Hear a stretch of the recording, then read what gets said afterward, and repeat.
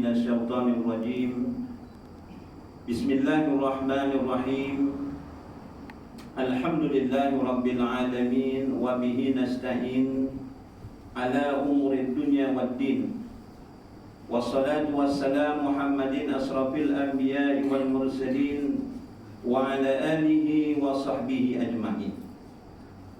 Qala Allah subhanahu wa ta'ala, a'udzu billahi minasyaitonir rajim. Alladzina amanu wa tatma'innu qulubuhum bi dzikrillah. Ala bi dzikrillah tatma'innul qulub. Shadaqallahul azim. Bismillahilladzi la yadurru ma'a ismihi shay'un fil ardi wa la fis sama' wa huwas samiul alim. Bismillahi ma sya'allah la yasuqul khaira ila Allah. Bismillahi ma sya'allah la yasrifu su'a ila Allah. Bismillahi ma sya'allah ma kana min ni'matin fa min Allah. Bismillahi ma sya'allah la ya'ti bil hasanati ila Allah. Bismillahi ma sya'allah la haula wa la quwwata illa billah. Yang berbahagia lagi dikasihi Tuan Pengurusi Surau 1 Kampung Semerah serta semua barisan ahli jawatan kuasanya.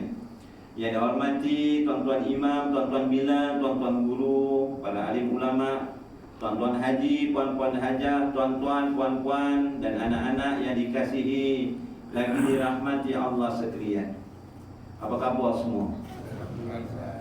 Kabar-kabar. Waras. Alhamdulillah, soalnya boleh. Alhamdulillah walaslah. Alhamdulillah, terlebih dahulu marilah kita sama-sama bersyukur kepada Allah Subhanahu wa taala yang telah muliakan pada kita akan nikmat yang tidak terhitung. Semoga nikmat yang Allah taala kurniakan kepada kita, mudah-mudahan kita dapat gunakan manfaatkan pada jalan yang diridai oleh Allah Subhanahu wa taala.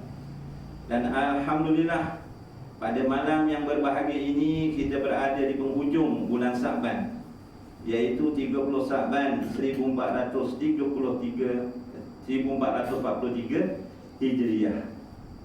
Ya, banyakkanlah kita berdoa semoga bulan Rejab yang kita telah lalui mudah-mudahan diberkati oleh Allah dan amalan yang kita lakukan mudah-mudahan diterima oleh Allah. Begitu juga bulan Sa'ban yang sehingga penghujung ini mudah-mudahan diberkati oleh Allah dan mudah-mudahan kita dapat dipanjangkan umur. Ya, kita ni umur tak tahu tuan-tuan mudah-mudahan kita dapat berjumpa bulan Ramadan yang tidak lama lagi, lebih kurang 24 jam je bulan. Kalau besok puasa dah malam dia akan tarawih tuan-tuan. Tapi insya-Allah hari Ahad lah tuan-tuan Jadi kalau hari Ahad besok malam dah mula bertarawih lah tuan-tuan. Jadi hadirin hadirat yang dirahmati Allah, jadi kita gembiralah, ya, bersyukur kalau kita dapat menemui bulan Ramadan Al-Mubarak. Janganlah kita mengeluh apabila jumpa bulan Ramadan Al-Mubarak, ya. Kau bisa nak puasa jadi sedino hai. Wah, pompong sesok dino setu ki urang puasa yang matek tenang-tenang, mangan tenang-tenang. Yo coba yang mana, ya. Patutnya kita bergembira apabila bertemunya bulan Ramadan yang begitu banyak kelebihannya dan yang kita tunggu-tunggu, ya. Yang mana kita daripada bulan Rajab kita dah buat preparation, dah buat persediaan untuk menghadapi bulan Ramadan. Dan tuan-tuan selalu baca Allahumma barik lana fi Rajab wa Sya'ban wa barikna Ramadan. Mudah-mudahan doa yang kita baca itu diterima dan dimakbulkan oleh Allah Subhanahu wa taala tuan-tuan. Yang mana tuan-tuan hadirin hadirat yang dirahmati Allah sekalian, yang mana saya nak terangkan sedikit sebagai mukadimah pada malam ini, iaitu berkenaan kedudukan amalan. Ya, para ahli ulama ada menyatakan kedudukan amalan yang kita lakukan di dunia ini ada 5 bahagian. Ya, kedudukan amal ibadah yang kita lakukan ini ada 5 bahagian. Maka kita fikir-fikirkanlah, muhasabahlah diri kita ini, tingkatan amalan yang mana yang sekarang ini kita buru ataupun yang kita cari. Yang pertama iaitu kedudukan amal yang pertama, amalannya sah dan diterima oleh Allah. Amalannya sah dan diterima oleh Allah. Inilah yang kita cari-cari, yang kita harap-harapkan, yang kita sungguh-sungguh supaya amalan yang kita lakukan ini supaya diterima oleh Allah, sah dan kemudian diterima oleh Allah. Mudah-mudahan puasa yang bulan Ramadan yang kita hadapi ini, yang bakal kita hadapan ini, mudah-mudahan sah dan diterima oleh Allah. Kalau ibadah puasanya tuan-tuan dah tak sah, tak mengikut syariat yang ditetapkan, apabila tak sah, macam mana nak diterima oleh Allah Subhanahu wa taala? Ya. Contohnya tuan-tuan hadirin hadirat yang dirahmati Allah, kita belajar contohnya lah, saya bukan nak baca bab fiqh. Tuan-tuan lagi arif berkenaan bab fiqh ni, saya rasa kelas ini pun ada, iaitu menerangkan bab fiqh, ya. Saya ini tuan-tuan hadirin hadirat yang dirahmati Allah, iaitu berkenaan mengisi masa kosong lah, tuan-tuan bual-bual aja, bukan saya mengajar tuan-tuan. Depan saya ni para alim ulama tuan-tuan, redek tak tengah ni, ya. Tuan-tuan, kalau kita belajar contohnya ibadah puasa kita ini mudah-mudahan sah dan diterima oleh Allah. Tapi kalau tak sah, macam mana nak diterima oleh Allah? Contohnya rukun puasa ni kalau kita belajar ada dua. Ya, ada dua. Pertama, niat. Kedua, iaitu menahan diri daripada perkara yang membatalkan puasa, daripada terbit fajar hingga terbenam matahari. Contohnya kita tak niat tuan-tuan, puasa tak niat. Kalau kita bermazhab, ya, kepada Imam Syafi'i, hendaklah setiap malam kita berniat. Setiap malam, maksudnya setiap malam, setiap hari kita kena berniat. Masanya daripada terbenam matahari masuk waktu maghrib sampailah masanya sebelum terbit fajar. Ini bagi puasa yang wajib. Ya, puasa bulan Ramadan, puasa nazar, puasa kifarah, tu niat waktu tu, iaitu daripada terbenamnya matahari, ya, sampailah sebelum terbit fajar kena niat. Jadi dalam puasa bulan Ramadan ni, ya, cuma pada malam pertama ni tuan-tuan, ya, kita ni manusia, al-insanu la yakhlu minal khata'i wa nisyan, tidak lari pada sifat lalai dan lupa, betul? Tak tahulah semua ni kabeh hilang, kabeh gaib. Kalau saya ni memang cepat lupa, ya. Buku tutup kitab dah lupa kadang-kadang. Sebab tu saya bukan mengajar. Ilmu saya al-ilmu bil kutub, bukan al-ilmu bis sudur. Macam tuan-tuan al-ilmu bis sudur, ya. Sebab tuan-tuan tak bagi kitab saya, kita tak debat kat atas ni tuan-tuan, ya. Jadi tuan-tuan hadirin hadirat yang dirahmati Allah, sekurang-kurang kita niat, ya, nawaitu sauma ghadin an Ramadan, ya. Sekurang-kurang kita niat. Niat ni dalam hati, wajib niat dalam hati. Kita lapaskan tu hukumnya sunat. Cuma mak-mak kita dulu, ya, sambil matanya kejam, niat ikut mak, lapas niatnya nawaitu sauma ghadin an ada'i fardhi syahri Ramadan hadhihi sanatullah ta'ala. Weh, tak jelah, baca balik semula kan, gitu kan. Tuaju aku dia sebut lisan itu sebenarnya mendidik, ya, mendidik. Dia lama-lama diterapkan, ya, lintasan hati, macam sembahyang juga, ya, macam sembahyang juga. Niat sembahyang bila? Tatkala kita mengucapkan kalimat takbiratul ihram. Macam sembahyang juga ada rukunnya, ya. Ada orang sembahyang tapi bukan orang Kampung Semerah. Kampung Semerah semua jempol-jempol, betul semua. Ini orang Kutub Utara yang tak ada orang, ya. Usalli pada Nabi sallallahu. Allah, ya, angkat tangan dah molek dah. Tapi ucapan kalimat takbiratul ihramnya tu Allah saja, akbarnya tak bunyi.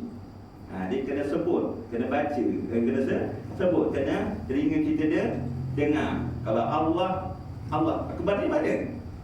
Mengangkat tangan ni hukumnya sunat. Kalau dia Allahu akbar berserta niat, sah semuanya dia. Tapi kalau dia angkat tangan cuma Allah aja, baginya tak bunyi, tak sah tuan-tuan. Kerana ia mengucap takbiratul ihram tu termasuk dalam rukun. Dia ada qasad, ada tahrat, ada ta'yin setidak-tidaknya. Jadi Ramadan ni sahaja aku puasa esok hari, ya, dalam bulan Ramadan. Itu sahaja aku puasa esok hari, ya. Yang lebih sempurna macam biasa tu lah, nawaitu sauma ghadin an sahaja aku puasa esok hari. dalam bulan Ramadan tahun ini kerana Allah takkan lintasan hati dia sebenarnya. Ini macam tadi tu baca dalam hati, lintasan hati. Esok pada puasa lintasan hati. Tuan-tuan, kalau Imam Maliki, ya, jangan kata pula Imam Malik pula salah, tak boleh tuan-tuan, ya. Imam Malik guru kepada Imam Syafi'i, salah seorang guru Imam Syafi'i. Kalau ikut Imam Malik memadai dia niat tuan-tuan sekali sebulan dalam bulan Ramadan. Awal Ramadan dia niat untuk sebulan. Itu ikut pendapat Imam Maliki. Jadi tuan-tuan, untuk menyelamatkan, kadang-kadang kita lupa. Ya, jadi malam pertama ni, ya, kita niat yang pertama untuk esok hari, dan satu lagi kita bertaklid pada Imam Maliki niat untuk sebulan. Takut hari-hari yang lain mbok kelalen, ya. Dan niat sebulan dapatlah menampung, ya. Itulah kelebihannya, ya. Tuan-tuan hadirin hadirat yang dirahmati Allah, itu berkenaan niat, ya. Yang keduanya menahan diri daripada perkara yang membatalkan puasa, daripada terbit fajar hingga terbenam matahari. Tapi walau bagaimanapun tuan-tuan hadirin hadirat, kita juga kena menjaga daripada melakukan perkara-perkara yang membatalkan pahala puasa. Beza tuan-tuan, membatalkan puasa dengan membatalkan pahala puasa. Ni takut nanti tuan-tuan hadirin hadirat, kalau kita tak jaga puasa kita, takut puasa kita tergolong dalam hadis Nabi, rubba sa'imin hazzahu min siyamihil ju' wal atas. Berapa banyak orang yang berpuasa tidak mendapat apa-apa. Orang itu apa-apa. Puasa orang itu apa-apa, kecuali itu apa? Itu apa?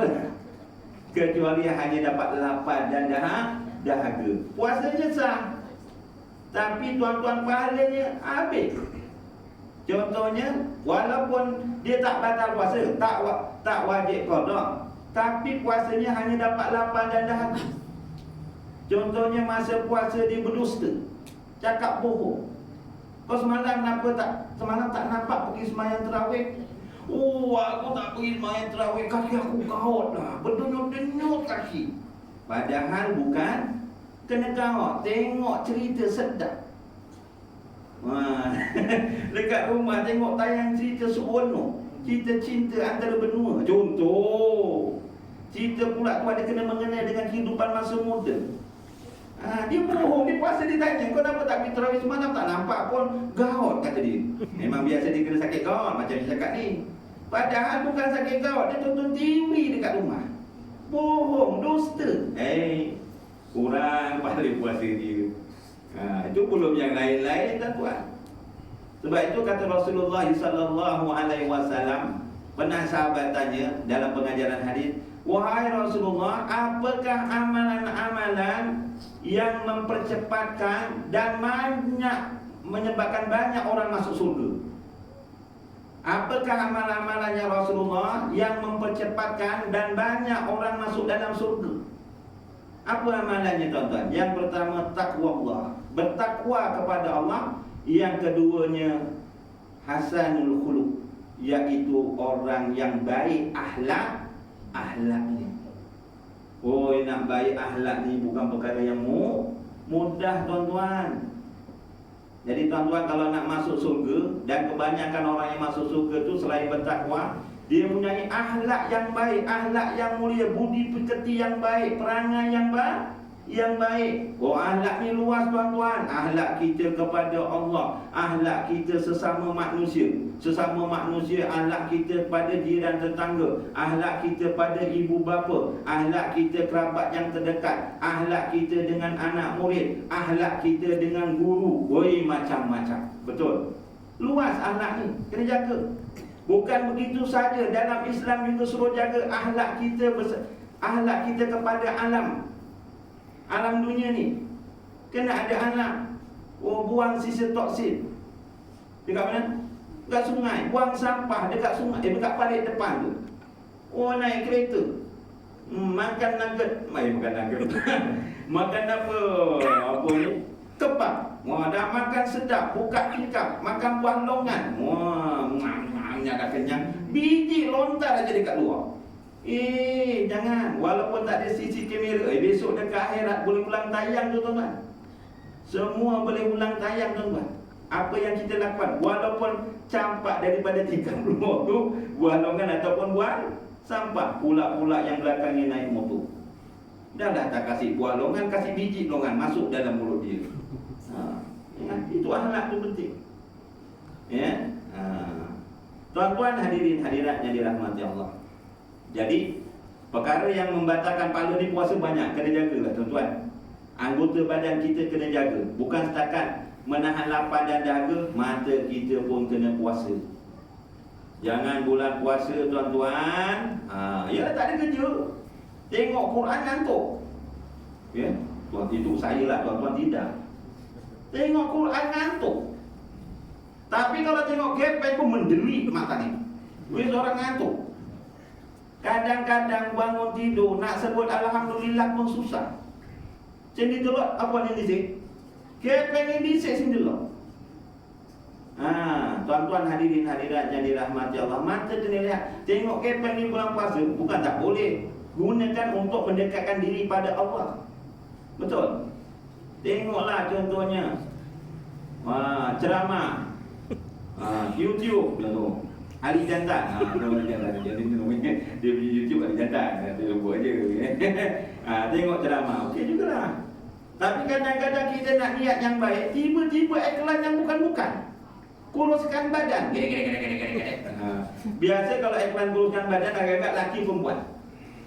Orang pelaki kuruskan badan pula tak nak tengok. Perempuan pula yang tengok laki. Takkan dia pakai tutup aurat sempurna? Biasanya tidak tuan-tuan. Pinggang saiz 22 macam kerengga.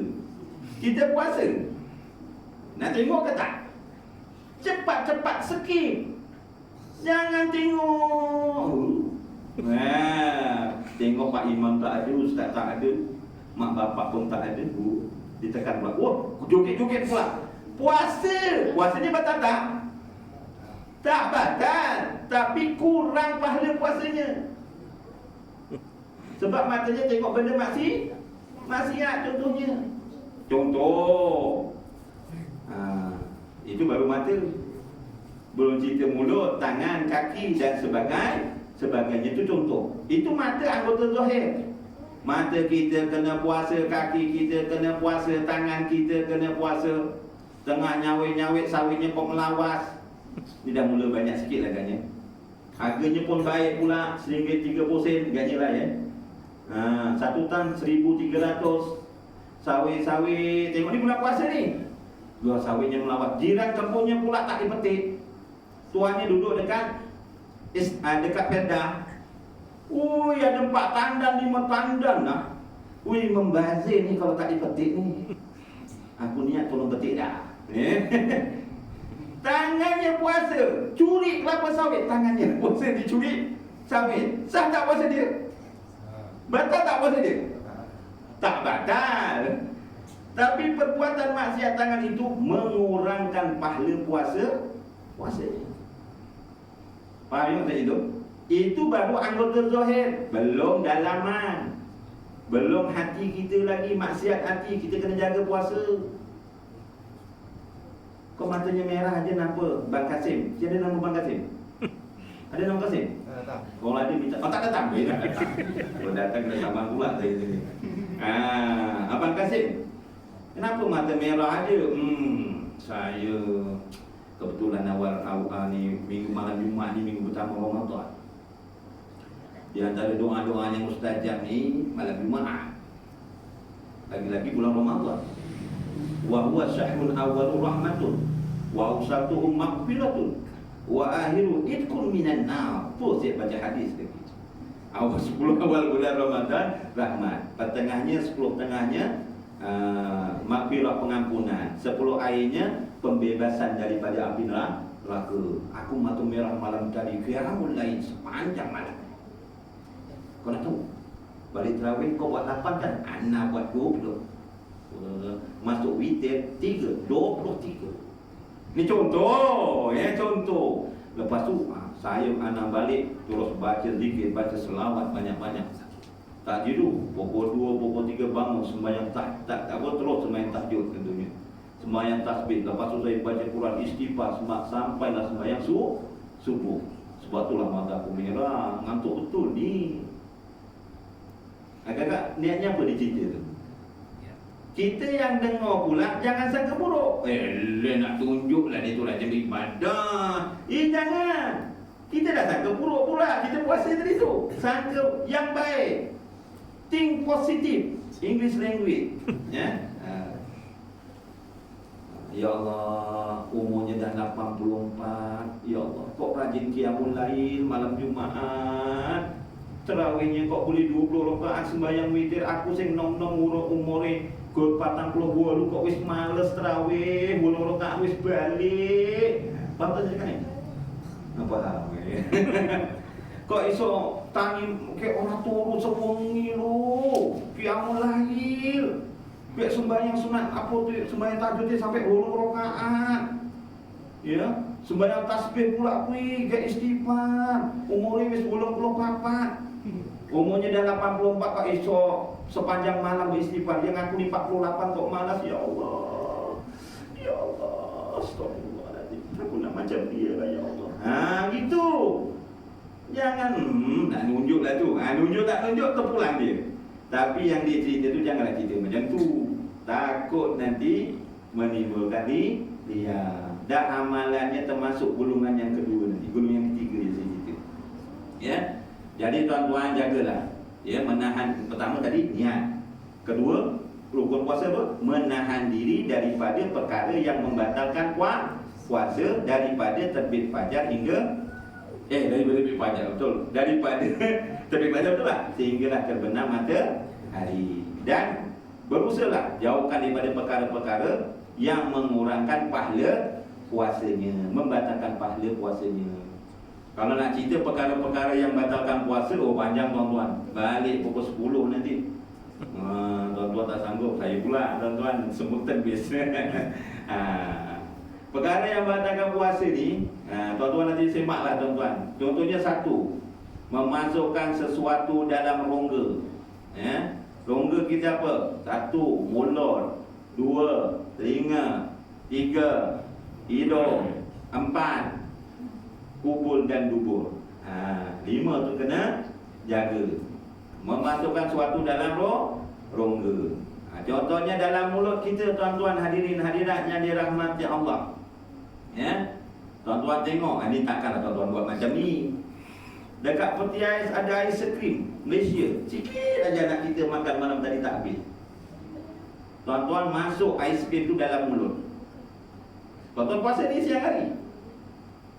Batal tak puasa dia? Batal tak puasa dia tuan-tuan? Dia syaratnya tuan-tuan, kalau masuk satu dalam rongga ni menjadikan batal kalau dia nelan.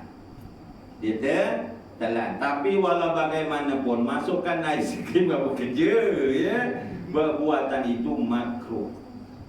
Perbuatan itu makruh tuan-tuan kerana dikuasai dimasuk dalam masuk dalam had yang batin. Tapi tuan-tuan kalau kita contohnya ambil wudu. Apa hukumnya kita berkumur? Apa hukumnya kita berkumur ketika berwudu? Hukumnya sunat.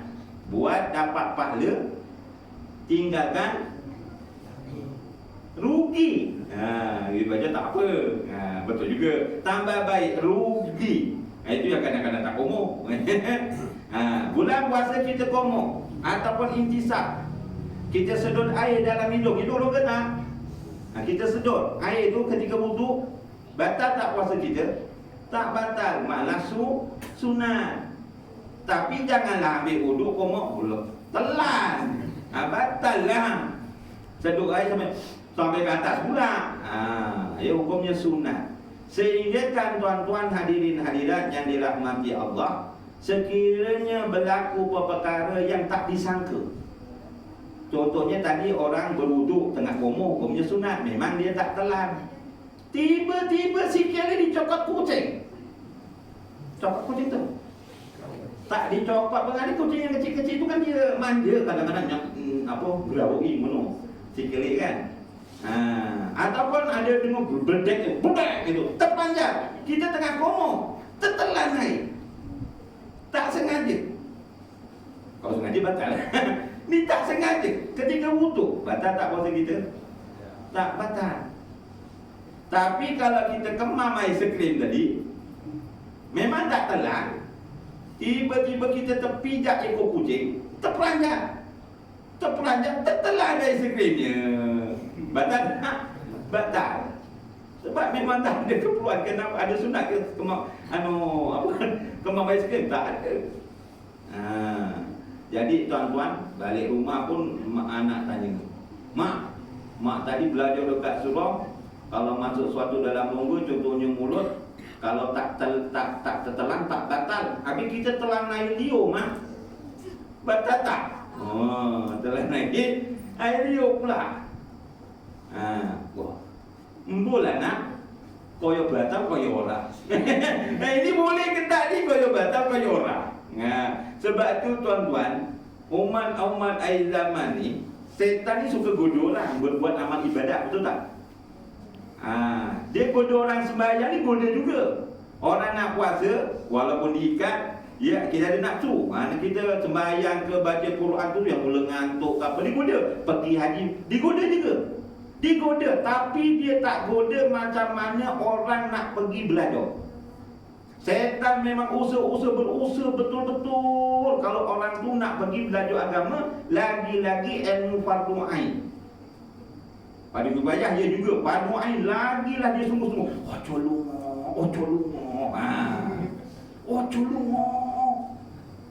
Majulungo. Jangan pergi. Osakama tu bohong ngomong ini. Orang buku kitab. Dia ngomong coba orang paham, orang payah ngomong. Kat rumah je. Digoda macam-macam lah. Tiba anak-anak ni balik pulang, nak puasa, bawa sate. Nak ke mana? Kita buat sate, dia habis sampai habis suruh. Selamat tak pergi. Contoh, dia memang suka betul. Dia paling good. Dia goda orang sembahyang, goda juga. Pergi haji, dia goda juga. Tapi dia lagi goda, dia tak suka sangat orang Islam ni, orang mukmin ke mukminat belajar ilmu agama. Apabila dia pandai setan ni, apabila orang tak nak belajar agama, tuan-tuan, dia puasa, tak belajar ilmu fardu ain, ada kelas-kelas dia tak pergi, baca buku pun lagilah. Contoh ni bukan orang Semarang ya. Orang Semarang yang ramai yang datang, alhamdulillah. Dia tak belajar bab puasa, rukun puasa tak tahu, niat puasa tak tahu. Kan? Jadi terang-terang dia dah berjaya, tak payah goda. Puasa tak niat. Dah senang aja. dah senang, dah tak sah. Lagi haji. Mana rukun, mana perkara wajib haji, embuh lah. Pergi rumah kaji, tekan di tawar pepe, embuh aku minum air, kau pusingnya aku pusing. Pusingnya rahmat dia, enggak pusing. Jadi pergi belajar ni syaitan paling tak suka. Sebab itu dalam kitab Kasbu Asra tuan-tuan, akhir zaman nanti orang ada golongan yang meminggirkan para ahli ulama. Para ahli ulama ni tuan-tuan, saya bukan para ahli ulama, jauh sekali langit dan bumi, ya. Akhir zaman nanti orang suka meminggirkan ahli ulama, Allah Ta'ala akan turunkan 3 musibah. Pertama, ekonomi akan merundung, ya. Barang basah ke, barang kering ke, akan naik harga. Contoh. Yang keduanya, wujudnya pemimpin yang zalim. Yang ketiga ni yang kita sangat takut. Takut matinya, khawatir dalam keadaan tanggal akan keimanannya. Lagi-lagi kalau tak belajar ilmu usul ini. Tuan-tuan hadirin hadirat yang dirahmati Allah sekalian. Jadi tuan-tuan hadirin hadirat, dah pula lari-lari tajuk banyak cerita tadi tuan-tuan Ustaz. Ya. Soalan satu. Bab puasa tadi. Bab puasa.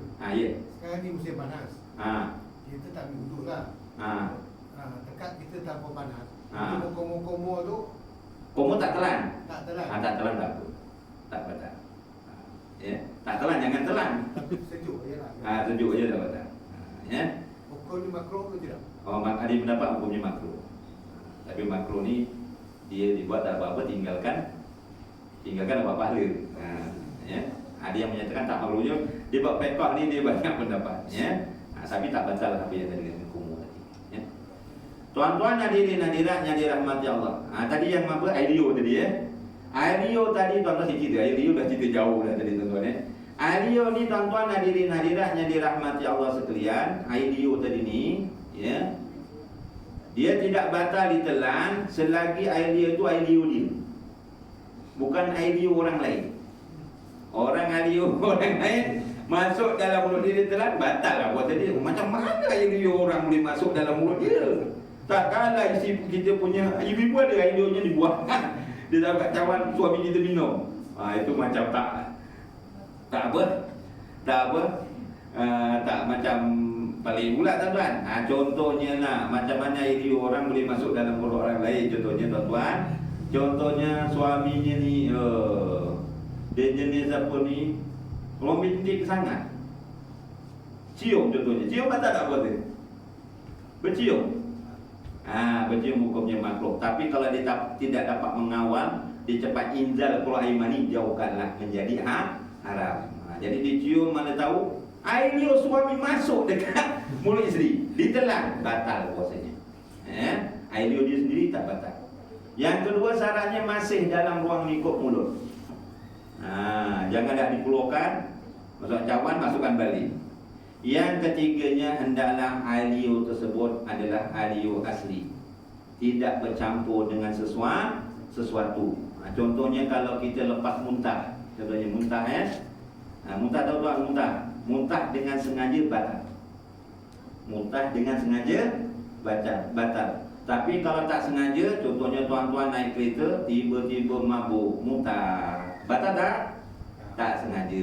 Tapi tuan-tuan, apabila dah muntah tuan-tuan, maka bercampur dengan najis mulut kita, maka hendaklah berkumur dahulu. Hendaklah berkumur dulu. Dia tak boleh bersihkan dengan air ludah, kena berkumur dulu. Barulah kita boleh telan Ailio kita. Kalau tidak, Ailio kita dah tak asli, campur dengan barang-barang muntah tadi. Itu kita kena jaga.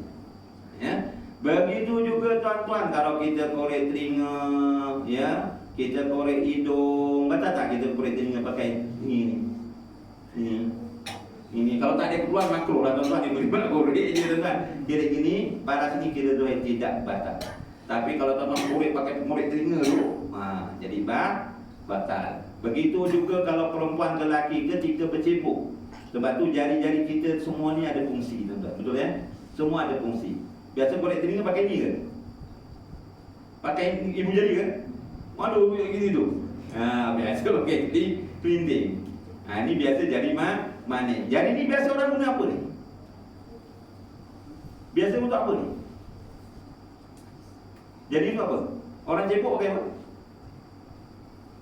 Semua ada semua. Yang ada belokkan sikit gitu Kalau cebok guna perut jari, tidak banyak masalah. Janganlah tiba-tiba dimasukkan itu. Faham Dimasukkan ruang tu, jadi batal nanti.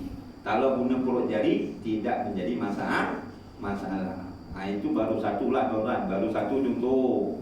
Banyak lagi kalau nak cerita bab batal ni, wudu ni dah tak cerita lain pula. Jadi tu kena tengok. Kalau misalnya tuan-tuan hadirin hadirat yang dirahmati Allah, hilang akal. Kalau hilang akal ni tuan-tuan, yang hilang akal dengan sebab pertama, contohnya gila. Gila walaupun sekejap batal. Gila walaupun sekejap batal. Yang kedua, pengsan. Pengsan ni yang membatalkan puasa. Lepas sahur dia pengsan sepanjang hari, sampai waktu buka dia tak sadar-sadar. Itu yang membatalkan puasa. Tapi kalau dia ada sadar, contohnya pukul 11 hingga pukul 12, contohnya dia sadar, dia ada sadar lagi ada pengsan itu, dia sah puasanya. Yang ketiga yang dimasukkan hilang akal ni tuan-tuan, tidur sepanjang hari. Ada orang tidur sepanjang hari? Tak mustahil. Kan ada cerita Ashabul Kahfi, ada yang tidur berapa tahun? 350 tahun kan?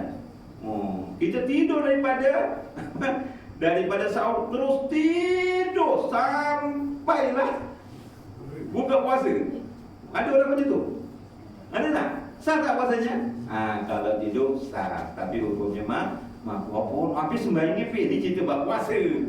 Kalau sembahyangnya dia tidur tu memang kena wajib qada lah. Dia tidur. Tapi jaranglah orang puasa tidur sampai daripada pagi sampailah terbenam matahari. Ya. Jadi tuan-tuan hadirin hadirat tu rukun puasa yang kedua. Jadi kena jagalah tuan-tuan.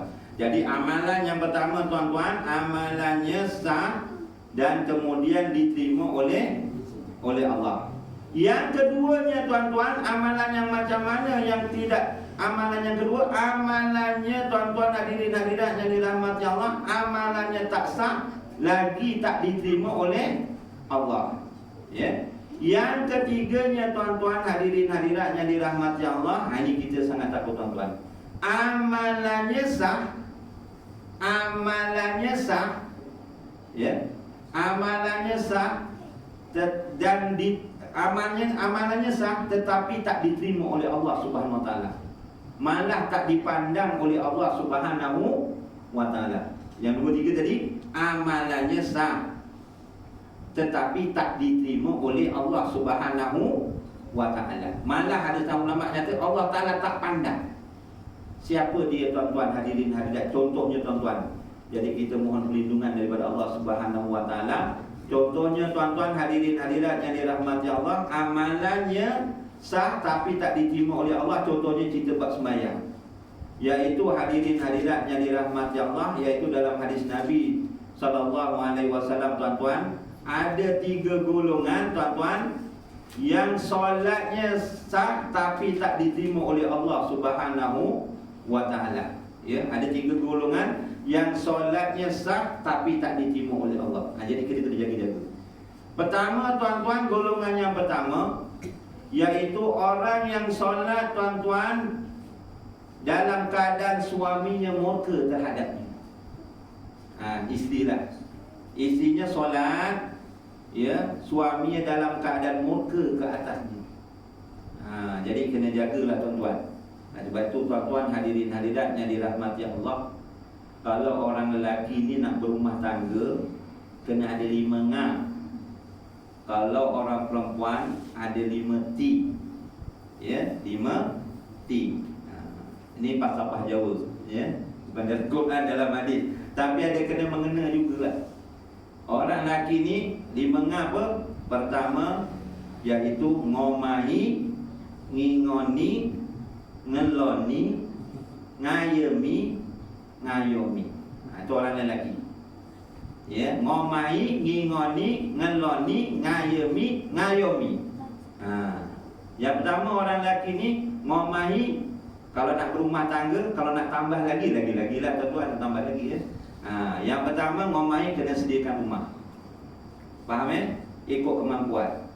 Takkan dah berumah tangga nak hidup dekat bawah bawah jambatan pula, ya.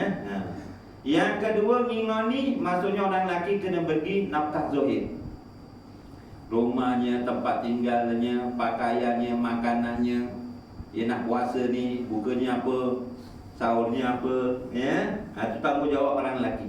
Pahala semua tu. Jangan mengeluh. Yang ketiga ngeloni, ya. Ngeloni ni nafkah batin. Ya, orang lelaki kena beri nafkah batin. Kalau tak mampu tidur je, tak payahlah nak tambah lagi, ya. Berubat dulu, itu tak pasti 3 surau ni. Yang keempat ngayemi. Yang keempat ngayemi ni tuan-tuan, iaitu beri kedamaian dalam rumah tangga. Orang lelaki ni kadang-kadang susah nak jawab pertanyaan lelaki isteri.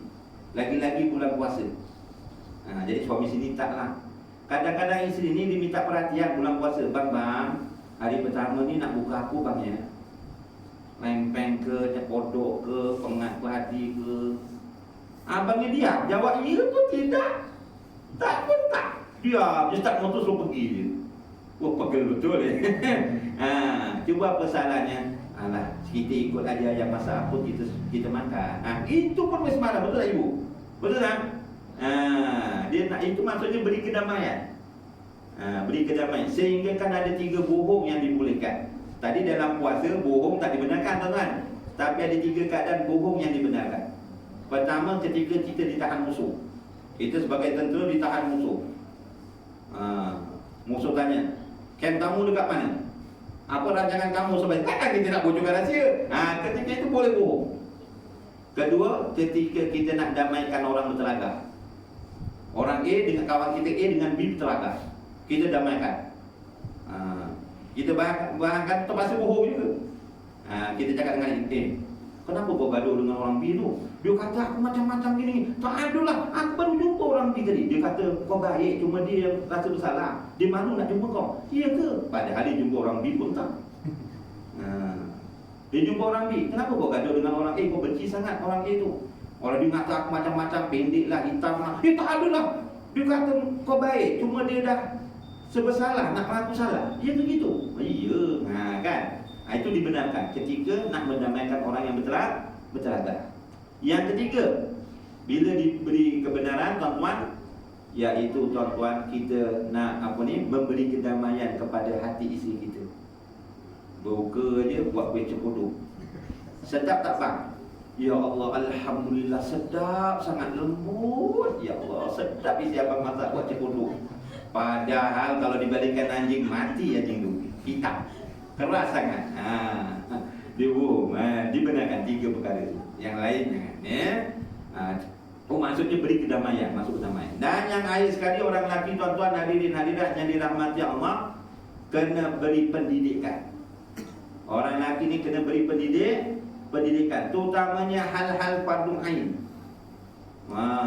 Istrinya keluar darah haid, dah pukul 5. Jadi puasa pukul 5, pagi dah puasa tahan. Pukul 5. Bang, kita keluar darah haid. Oh boleh. Kira salah ni dah nak buka. Allah Ta'ala maafkan. Tenang ya Allah Ta'ala maafkan. Itu pentingnya. Apabila keluar darah haid, maka batallah puasanya. Kan ada keluar darah haid, keluar darah nifas selepas bersalin dan beranak. Ibu-ibu pukul 6.50 dah nak buka, beranak, batal. Ataupun keguguran pun batal. Itu pendidikan itu penting. Dan perempuan ni kena ada 5 T. 5 T ni bakti, hati-hati, gemati, gemi, ulasasi. Bakti, hati-hati, gemati, gemi, ulasasi. Apa maksudnya tuan-tuan? Orang perempuan ini kena patuh. Kena patuh. Selagi suami itu perintahkan perkara yang benar, kena patuh. Yang kedua, kena jaga maruah, jaga kehormatan ketika suaminya tak ada terutamanya. Yang ketiganya tuan-tuan, ambil perhatian kepada suami. Yang keempat, orang perempuan ni kena jaga, sama-sama jaga ekonomi suami. Dan yang kelimanya, kena ada perasaan kasih sayang terhadap suami. Jadi tuan-tuan, kalau orang sembahyang, dia tak patuh kepada suaminya marah. Contohnya malam-malam bulan puasa, dia pukul 2, suaminya dia punya pinggangnya sakit. Aduh, yang pinggangnya sakit betul lah yang. Wah, ada tukel. Mau esok nyawit ada tukel, kurukkan ayam pinggang abang ni. Isteri jawab apa? Monjok sikit-sikit nak urut, sikit-sikit nak urut. Duitnya banyak nak buat apa? Bukan buat mati. Pergilah tukang urut yang profesional. Daripada murut abang, baik kita solat tahajud bulan Ramadan ni dapat pahala banyak. Dah suaminya jengkel je tuan-tuan dia solat, suaminya dalam keadaan marah tuan-tuan. Takut solat tahajud ni itu sah, tapi takut tak diterima oleh Allah. Jadi kalau urut-urutlah dulu, baru nak solat tahajud, solat. Itu solat yang pertama tuan-tuan, yang tuan-tuan hadirin hadirat yang dirahmati Allah, yang tak diterima oleh Allah. Sembahyangnya sah, tapi tak diterima oleh Allah walaupun sejengkal daripada kepalanya. Rumah pun tak lepas tuan-tuan. Yang keduanya tuan-tuan, yang solatnya tuan-tuan hadirin hadirat yang dirahmati Allah, solatnya sah tapi tak diterima oleh Allah walaupun sejengkal tuan-tuan, iaitu orang yang bertelagah, orang yang bergaduh dengan saudaranya lebih daripada 3 hari tak berbicara. Lagi-lagi bulan Ramadan pula. Membatalkan pahala puasanya satu cerita. Solatnya pun tak diterima kalau tak bertegur, bergaduh dengan rakannya lebih daripada 3 hari. Jadi tuan-tuan, kalau bertelagah, bergaduh, lagi-lagi kita nak akhir bulan Sa'ban ni, nak bulan Ramadan, bermaaf-maafanlah di antara satu sama lain tuan-tuan. Takut nanti solatnya tak diterima oleh Allah. Yang ketiganya tuan-tuan hadirin hadirat yang dirahmati Allah, yang solatnya tak diterima oleh Allah, sah solatnya tapi tak diterima oleh Allah Subhanahu wa taala, iaitu tuan-tuan hadirin hadirat yang dirahmati Allah, iaitu solat imam ya, yang tidak disukai oleh makmumnya. Nah, ini saya dah terangkan, tapi imam sini alhamdulillah jempol-jempol. Siapa yang cepat dia jadi imam. Itu susah nak jadi sekarang ni tuan-tuan. Semua boleh jadi imam, alhamdulillah. Ya. Jadi hadirin hadirat, itu yang ketiga lah tuan-tuan. Amalannya sah tapi tak diterima oleh Allah. Yang keempat tuan-tuan, yang kita kena hati-hati tuan-tuan, iaitu amalannya tuan-tuan hadirin hadirat yang dirahmati Allah. Yang keempat, amalannya sah, diterima oleh Allah, kemudian dipandang oleh Allah Subhanahu wa taala. Amalannya sah, diterima oleh Allah, kemudian dipandang oleh Allah Subhanahu wa taala. Contohnya tuan-tuan hadirin hadirat yang dirahmati Allah sekalian, contohnya dalam bulan Ramadan ini, ya, kita bersedekah, masya-Allah, tabarakallah, amalan kita dilipat kali gandakan. Sebab itu umat Nabi Muhammad ni diberi kelebihan yang tak diberikan pada umat yang lain. Puasa bulan Ramadan tu sendiri. Sebelum ni umat-umat yang lain tuan-tuan, dalam bulan Ramadan tak disaniakan sebulan penuh berpuasa. Hanya umat Nabi Muhammad sallallahu alaihi wasallam yang telah disaniakan dalam bulan Ramadan ni puasa penuh. Sebab itu bilakah difardukan puasa bulan Ramadan, iaitu pada bulan Sa'ban tahun yang kedua Hijriah. Itu sedia adalah kemuliaan hadiah kepada umat-umat Nabi Muhammad sallallahu alaihi wasallam tuan-tuan. Kelebihan umat Nabi Muhammad ni tuan-tuan hadirin hadirat yang dirahmati Allah, walaupun umurnya pendek-pendek dibandingkan umat-umat yang terdahulu, ya, kata Rasulullah, umur umatku antara a'marun ummati ma baina sittina ila sab'ina. Umur umat-umatku di antara 60 hingga 70 tahun. Wa akluhum man yajuzu zalik, dan sedikit yang lebih daripada itu. Kata Rasulullah, umur umat-umatku antara 60 hingga 70. Tapi yang lebih daripada itu sedikit sangat akan bilangan. Dah hisap tuan-tuan? Dah hisap. Ni lebih berapa minit tadi ni? Dah lepas banyak. Dah berapa minit? 7, 5. Belajar dulu lah, boleh belajar lagi. Ada dulu lagi. Saya pun terlupa. Ada dulu minyak, insyaAllah. Kamu sikit.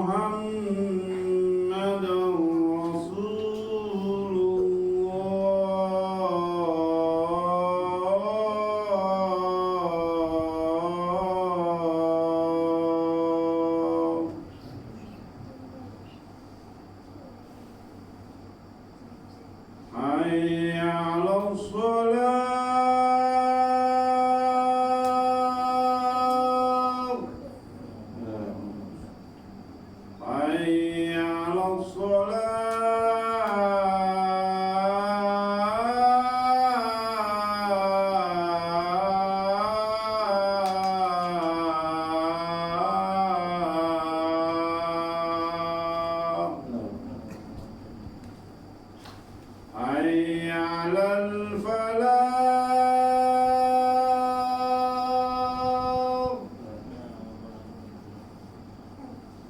Hayya 'alal falah.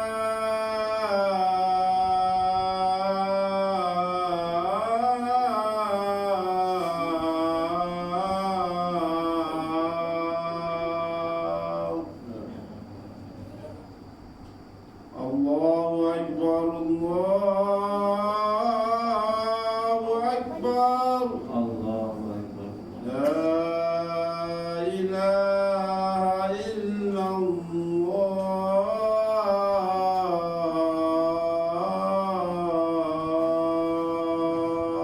La ilaha illallah.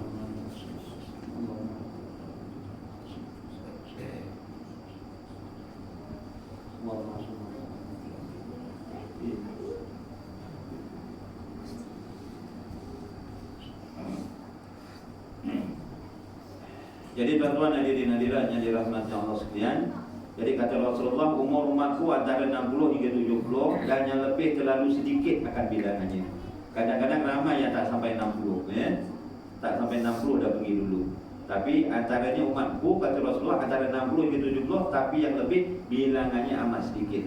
Walau bagaimana tuan-tuan, ada beberapa kemuliaan yang diberikan kepada umat Nabi Muhammad sallallahu alaihi wasallam yang tak diberikan kepada umat-umat yang lain. Yang pertama, amalan umat Nabi Muhammad ni sallallahu alaihi wasallam walaupun umurnya pendek-pendek, tapi amalan yang dilakukan setiap peramal ini dilipat kali gandakan. Dilipat kali gandakan. Contohnya dengan solat kita berjemaah 27 kali ganda.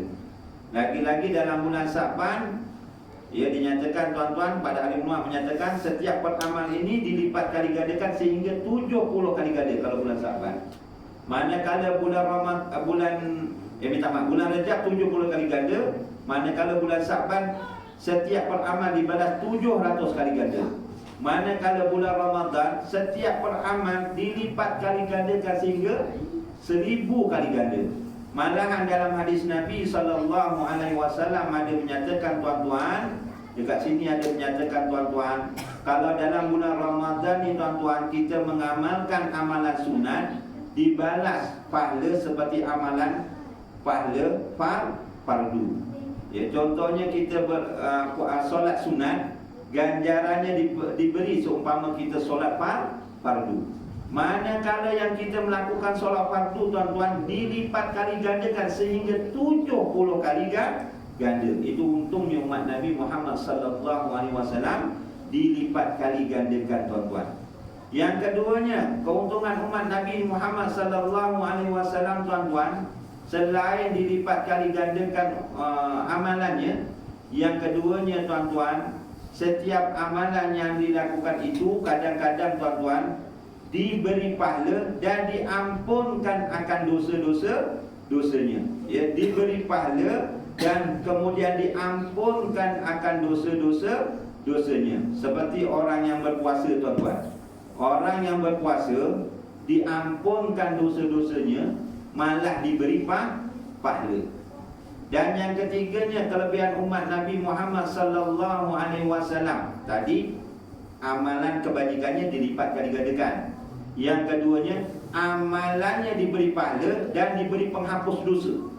Macam kita ambil wuduk, ya, kita berwuduk tu diberi pahala, kemudian menghapuskan dosa daripada ibadah wuduk kita. Macam kita duduk ni, sedang duduk dalam majlis ilmu, diampunkan dosa-dosanya. Para malaikat mendoakan supaya diampunkan dosa-dosanya, malah diberi pahala. Itu keuntungan umat Nabi Muhammad sallallahu alaihi wasallam.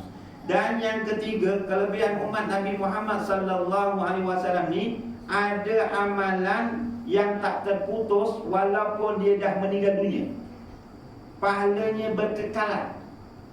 Itu yang diberikan pada umat Nabi Muhammad yang tak diberikan kepada umat-umat yang lain. Contohnya tuan-tuan, pertamanya amal jariah.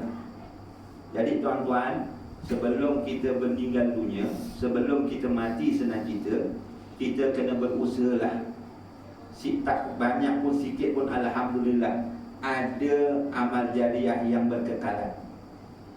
Contohnya tuan-tuan, surau ni nak dibuat baik pulih contohnya, tak dapat menampung semua. Kita dapat dengan sedikit pun, alhamdulillah. Walaupun sebesar sarang burung sekalipun, itu di antara amal jariah yang berkekalan.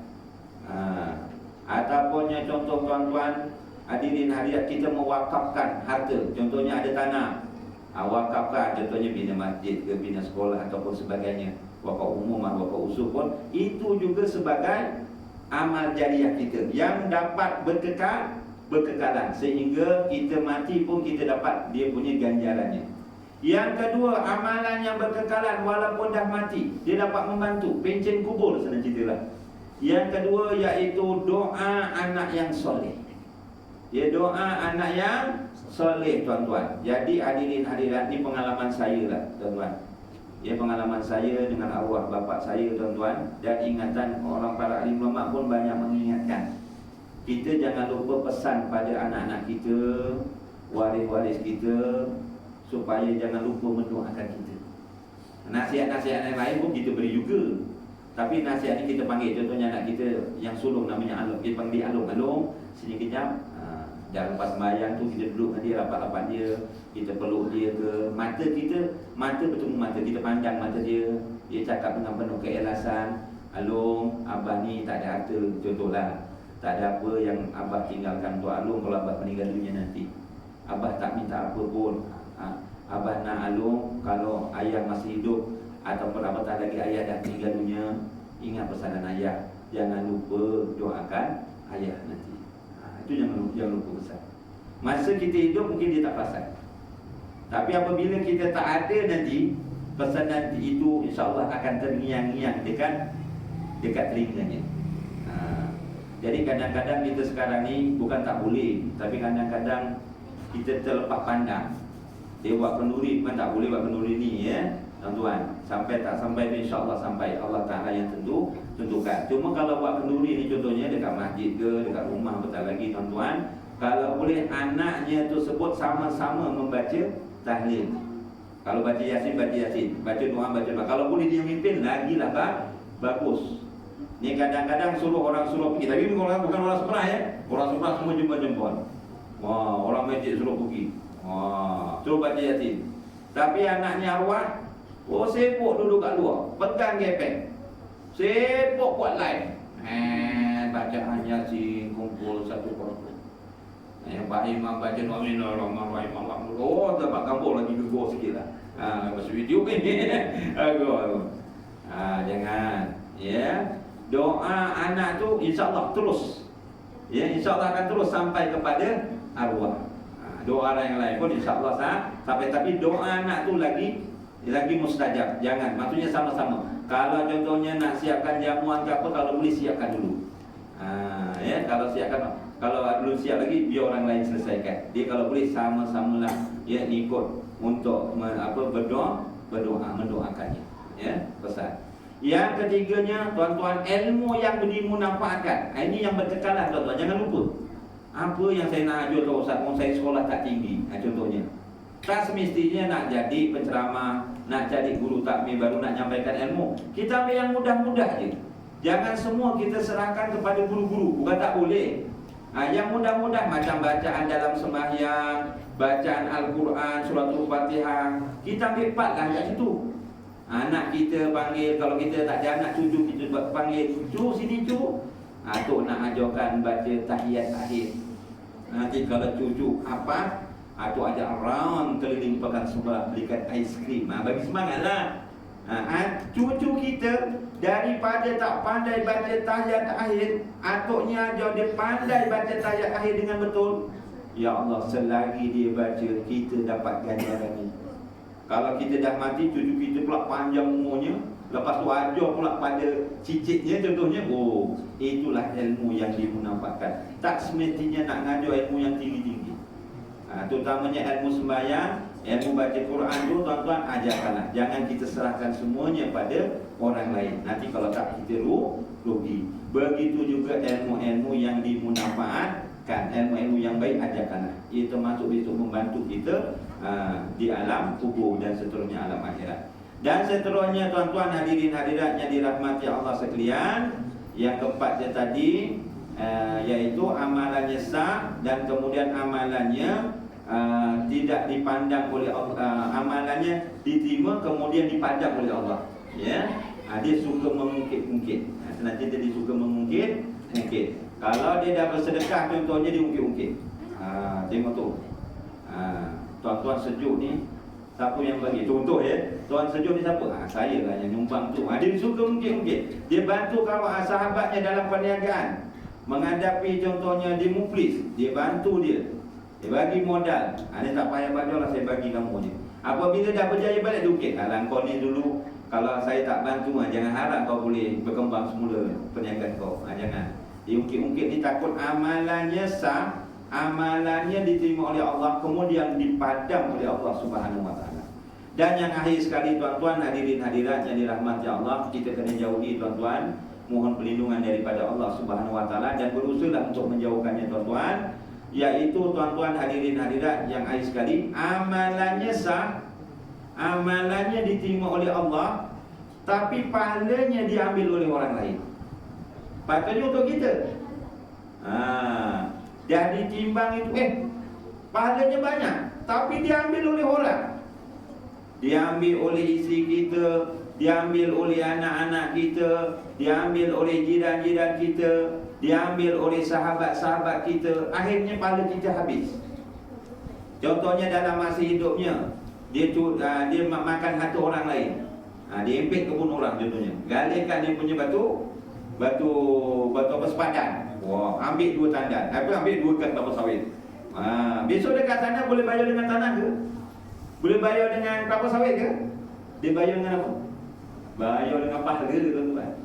Itu yang takut nanti jadi muflis. Ataupun dalam masa hidupnya ada sangkut paut dengan jiwa orang contohnya. Ada budak itu terduduk tertekan kereta, penyok sikit, dia tomboknya budak tu. Besok dia nuntut budak tu kan. Jangan, bayar dengan apa? Bayar dengan pahala. Isteri kita contohnya tuan-tuan hadirin hadirat, dia tak menutup aurat dengan sempurna. Saya ni tak tutup aurat dengan sempurna, suami saya tak pernah tegur. Besok nuntut pada suami. Jadi ingat tuan-tuan, kalau pahala kita habis diberi orang muflis, tak cukup nak bayar untuk orang, nanti dosa orang pula kita ambil. Itu yang dikatakan orang yang muflis. Jadi hadirin hadirat yang dirahmati Allah, kesimpulannya tuan-tuan, jadi mudah-mudahan kita berusaha dalam bulan Ramadan ini tuan-tuan, banyakkanlah berdoa, kita tingkatkanlah amalan kita, ya, kerana kita tak tahu sama ada kita bertemu bulan Ramadan yang akan datang ataupun tidak. Ya, jadi kita penuhkanlah bulan Ramadan ini dengan meningkatkan amal ibadah kita dengan penuh keikhlasan kepada Allah Subhanahu wa taala. Kerana apa tuan-tuan? Kesimpulannya ada satu cerita, pendek je cerita ni tuan-tuan. Ketika Rasulullah nak naik mimbar, Rasulullah berkata amin. Tangga pertama, mimbar tu ada 3 tangga. Lepas tu tangga kedua Rasulullah naik lagi, amin. Tangga ketiga Rasulullah cakap lagi, amin. Para sahabat pun pelik, kenapa Rasulullah tak pernah sebut amin 3 kali ketika naik mimbar. Lepas habis baca khutbah, para sahabat bertanya, ya Rasulullah, kenapa kamu tadi ya Rasulullah, aku dengar setiap naik tangga berkata amin. Sebenarnya tadi malaikat Jibril tengah berdoa, aku mengaminkan akan doa malaikat Jibril. Malaikat Jibril pesan apa di antara doanya yang diaminkan oleh Rasulullah SAW, yaitu tuan-tuan hadirin hadirat yang dirahmati Allah, celakalah seorang hamba Allah itu, kata malaikat Jibril, kalau dia hidup sedangkan kedua ibu bapanya masih hidup, dia tak berbuat baik pada ibu bapanya. Celakalah, kata malaikat Jibril, seorang anak itu yang hidup, masih hidupnya ibu bapanya masih hidup, dia tak berbuat baik pada ibu bapanya, maka celakalah. Maka kata Rasulullah, amin. Jadi tuan-tuan hadirin hadirat yang dirahmati Allah, lagi-lagi bulan Ramadan ni, kalau mak bapaknya masih ada, ya, jangan lupalah berbuat baik. Kita ziarahi mak ayah kita santuni mak ayah kita sebaik-baiknya tuan-tuan. Ya. Yang keduanya apa yang didoakan oleh malaikat Jibril. Ya, celakalah seorang hamba Allah itu tuan-tuan apabila namaku disebut, Maksudnya apabila nama Nabi Muhammad sallallahu alaihi wasallam disebut, dia tidak mahu berselawat di atasnya. Jadi tuan-tuan hadirin hadiratnya dirahmati Allah, bulan Sa'ban ni tuan-tuan, turunnya ayat innallaha wa malaikatahu yusholluna 'alan nabi. Itu kan? Ya ayyuhalladzina amanu shallu 'alaihi wa sallimu taslima. Turunnya pengistighfaran Allah dan para malaikat berselawat ke atas Rasulullah, dan memerintahkan orang yang beriman berselawat ke atas Rasulullah tu pada bulan Sa'ban. Rasulullah amat gembira sekali. Jadi tuan-tuan, kita perbanyakkanlah berselawat. Bukan setakat bulan Sa'ban, malah dalam bulan Ramadan pun banyak-banyakkan berselawat. Begitu juga bulan-bulan yang lain. Kerana apa tuan-tuan? Satu masa Sayyidatina habis pula. Sayyidatina Aisyah ni tengah jahit. Tengah menjahit baju pakai ublik. Ublik tahu ublik? Pelita. Ya, pakai pelita. Tiba-tiba ditiup angin, pelitanya mati.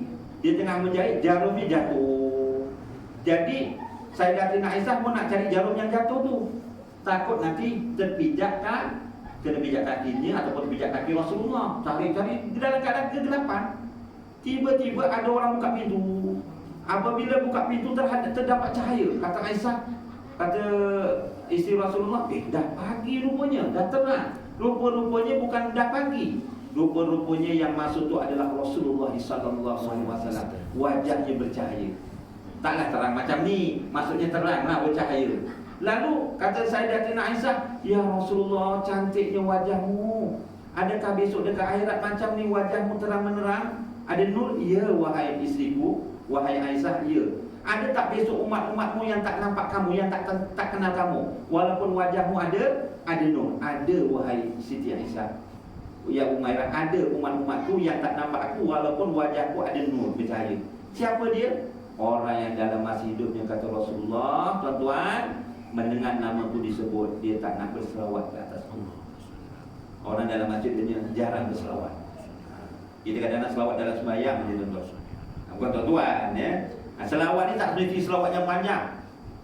Dia suruh memperbanyakkan selawat. Setidak-tidaknya bacalah selawat Jibril ya. Sallallahu ala Muhammad, sallallahu ala Muhammad, sallallahu ala Muhammad. Contohnya. Yang kedua, yang tak nampak wajahku siapa? Orang yang dalam masa hidupnya kalau dia tak bertaubat sebelum matinya, derhaka pada ibu bapa. Berat tu. Yang ketiganya, orang yang dalam masa hidupnya yang tak nampak aku, dia menolak dan menghina sunnah Nabi. Mintalah mohon perlindungan dengan Allah. Dan yang akhir sekali Rasulullah naik yang ketiga, yang diaminkan oleh Rasulullah, malaikat Jibril apa? Celakalah hamba Allah yang menemui bulan Ramadan dan di akhir Ramadannya tidak dapat pengampunan daripada Allah Subhanahu wa taala. Jadi senang cerita tuan-tuan, dalam bulan Ramadan ni tuan-tuan, banyak-banyakkanlah kita bertaubat. Banyak-banyakkanlah kita beristighfar dengan penyesalan. Ya. Jadi tuan-tuan, saya rasa setakat itu saja yang saya dapat sampaikan pada malam ini. Kada silap dan salah harap dapat dimaafkan. Saya terlebih dahulu ya, sebelum bulan Ramadan ni, kita cuti bulan Ramadan kan. Jadi kalau ada salah silap harap dapat dimaafkan. Lagi-lagi yang cakap ni banyak salah tuan-tuan. Ya, kan mungkin mengguris saja tuan-tuan, harap dapat dimaafkan. Dan mudah-mudahan kita dipanjangkan umur dalam keimanan, dan mudah-mudahan amalan-amalan yang kita lakukan ini mudah-mudahan diterima oleh Allah Subhanahu wa taala insyaallah. A'udzubillahi minasyaitonirrajim. Bismillahirrahmanirrahim. Alhamdulillahirabbil alamin, wassalatu wassalamu Muhammadin asrofil anbiya'i wal mursalin wa ala alihi wa sahbihi ajmain. Allahumma arinal haqqa haqqa warzuqna tiba'ah, wa arinal batila batila warzuqna tinabah. Allahumma ati Muhammadan wasilah waj'al fil mustafina mahabbata wa fil alamina darajata wa fil muqarrabina syaraf. Rabbana atina fid dunya hasanah wa fil akhirati hasanah wa qina azabannar. Wa qina azabannar wa qina azabannar. Wa sallallahu ala sayyidina Muhammadin wa ala alihi wa sahbihi wa baraka wa sallam. Walhamdulillahi rabbil alamin. Subhanakallahumma wa bihamdika asyhadu an la ilaha illa anta wa astaghfiruka wa atubu ilaik. Bismillahirrahmanirrahim. Wal 'asri innal insana lafi khusr illa alladziina amanu wa 'amilus shalihat wa tawassaw bil haqq wa tawassaw bis sabr. Sadaqallahul azim. Dan ini saya sudahi dengan wabillahi taufiq wal hidayah. Wassalamualaikum warahmatullahi wabarakatuh.